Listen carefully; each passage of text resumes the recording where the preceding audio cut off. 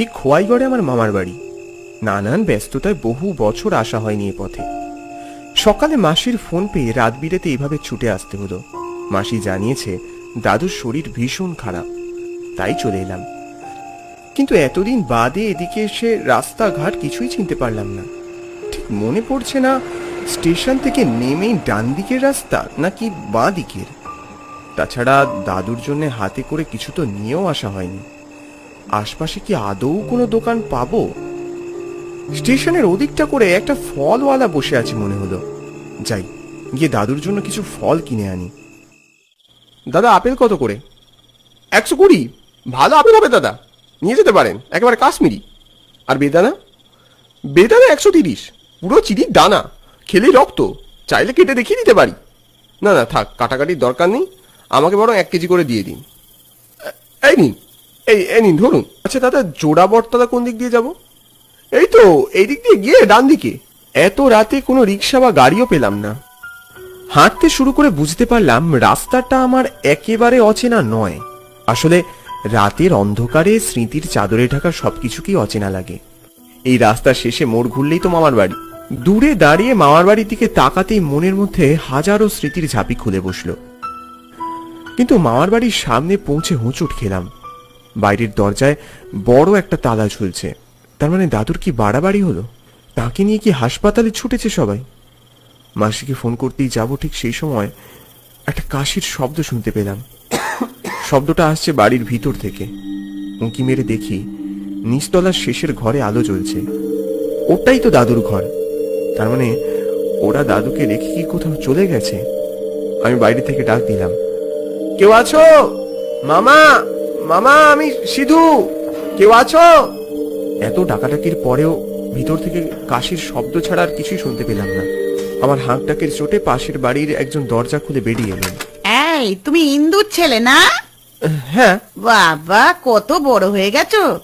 তা এখন কি করছো? এমএসসি কমপ্লিট, এখন জব খুঁজছি।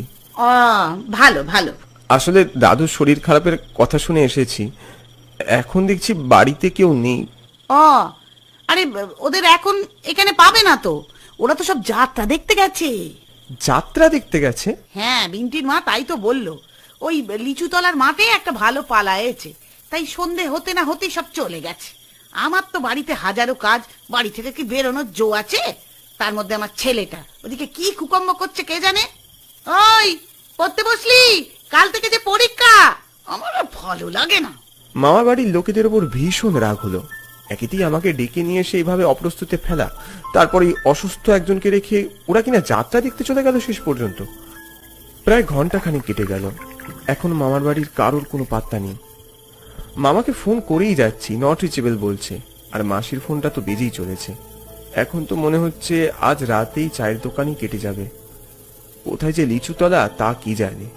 ভেবেছিলাম আজ রাতের মধ্যেই দেখা করে চলে যাব, এখন তো দেখছি না, এভাবে আর বসে থাকলে চলবে না, একবার শেষ চেষ্টা করতেই হবে।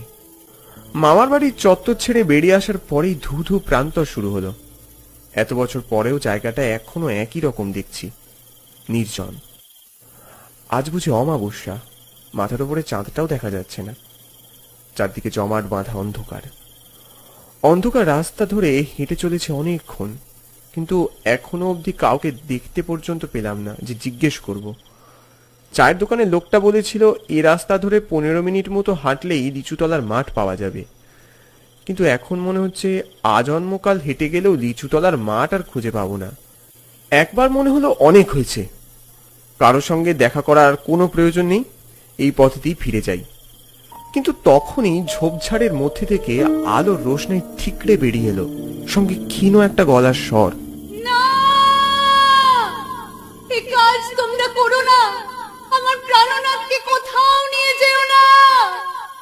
ওকে ছাড়া আমার যে চারিদিকে আধার। খবরদার, যদি আমার জ্যোৎস্নার গায়ে কেউ হাত দিয়েছো, কি অপরাধ করেছি আমরা? আমরা তো দুজন দুজনকে ভালোবেসেছি মাত্র।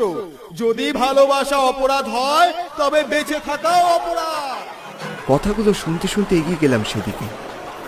সামনে গিয়ে দেখি একটা প্যান্ডেল মতো, এর ভিতর থেকে উচ্চস্বরে কথাগুলো ভেসে আসছে। প্যান্ডেলে ঢোকার গেটে পর্দা ঝোলানো, আর গেটের মাথার উপর একটা হোর্ডিং ঝুলছে, বিশ্ব আলোক অপেরা নিবেদিত যাত্রাপালা, জাত পারিজাত। মনে মনে খুশি হলাম, এটাই তবে লিচুতলার মাঠ। তবে ঠিক জায়গাতে এসেছি মনে হচ্ছে। ভিতরে গেলে মামার বাড়ির কাউকে না কাউকে পেয়েই যাব। তাই আর দেরি না করে পর্দা সরিয়ে ঢুকে গেলাম ভিতরে।